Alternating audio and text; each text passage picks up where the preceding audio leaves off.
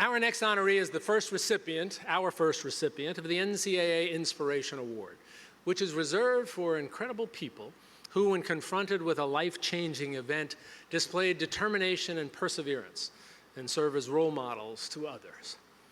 In 2018, Maggie Nichols released a statement informing the world that she had been sexually assaulted by a USA Gymnastics team physician. By announcing that she was, quote, athlete A, who appeared in court filings, she helped to shine a light on sexual abuse in the world of gymnastics. And by coming forward, she has become a powerful face and voice for the protection of young athletes. Let's hear then from Inspiration Awardee Maggie Nichols, now a junior at Oklahoma and the reigning NCAA all-around champion. My parents put me in it when I was 3 years old because I was climbing over the crib, climbing on all the furniture, climbing the fence. I was kind of a crazy kid, and so they thought it'd be safer to put me in gymnastics. When I started, I was always, cutting the line to get more turns because I just loved it so much. Going through the levels, and as I got older, I just wanted to be the best that I could and to, get as many new skills and just to be the best that I could possibly be. Everything that I do, school, family, everything kind of revolves around my schedule. Gymnastics kind of is my whole life. My teammates helped me so much through this whole year. They're like my sisters. I could turn to them through anything. They actually knew before I went public that I was going to go public, so they were very comforting, and a lot of them sent me text messages all the time just to make sure I was okay or if I needed anything. So having them behind me through everything, in the gym, outside of the gym, was just so incredible, and I can't thank them enough.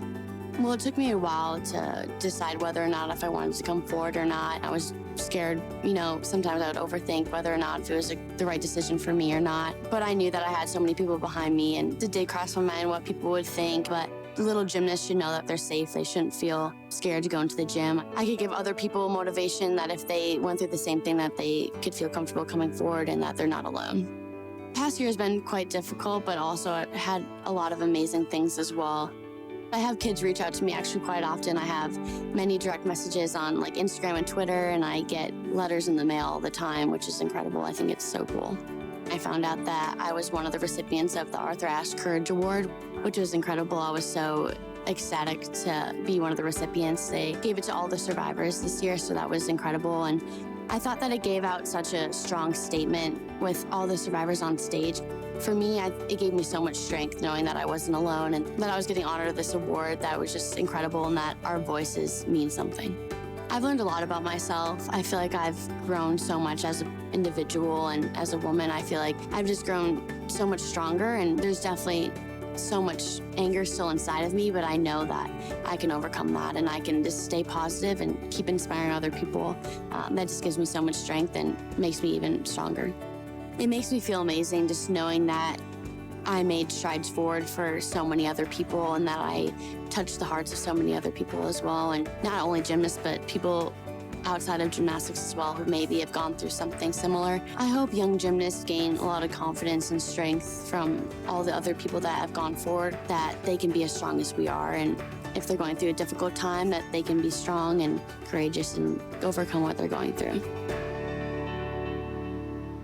Please welcome from the University of Oklahoma, KJ Kindler, head women's gymnastics coach, with Maggie Nichols.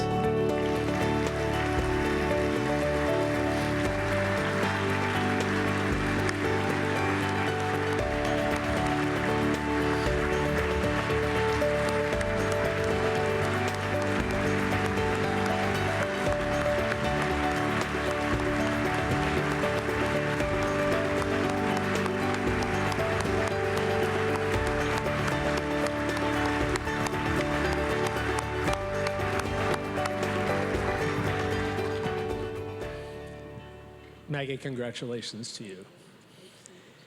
You and I had a chance to talk a bit this afternoon. We did a podcast for the NCAA podcast where we had a long conversation. And I was struck by my conversation with you then and watching something you said on the video. Because you talked about how you handled this in your life. And you mentioned that there is still some vestige of anger there. And my first observation was you seem to be the least angry person I have ever met. You are smart and charming and talented. And so my question to you is this. In becoming a voice for others, If you had other young women who had similar experiences that you had, and they came up to you and they said, I'm still angry. There's a part of me that's still angry and I'm not sure how I can move past it, and I see how successful you've become, not just as an athlete, but as a person. And they say to you, what did you do? What can I do? What would you say to them?